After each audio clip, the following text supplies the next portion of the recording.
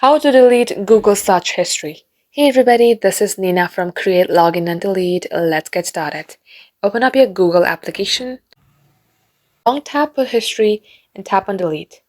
But if you want to delete all your history at once, then go back and tap onto your initial on your top right. Go to manage your Google account. Here it will open up your official Google account page and switch to Data and Privacy tab. Now here scroll below and you will see history settings. Here go to My Activity, scroll below, and you will see a filter. Tap on Delete. If you want to delete last hour, then tap last hour. But if you want to delete all the history that you have searched till now, then go to Custom Days and add your date before and after. Just like so, this is how you delete Google history.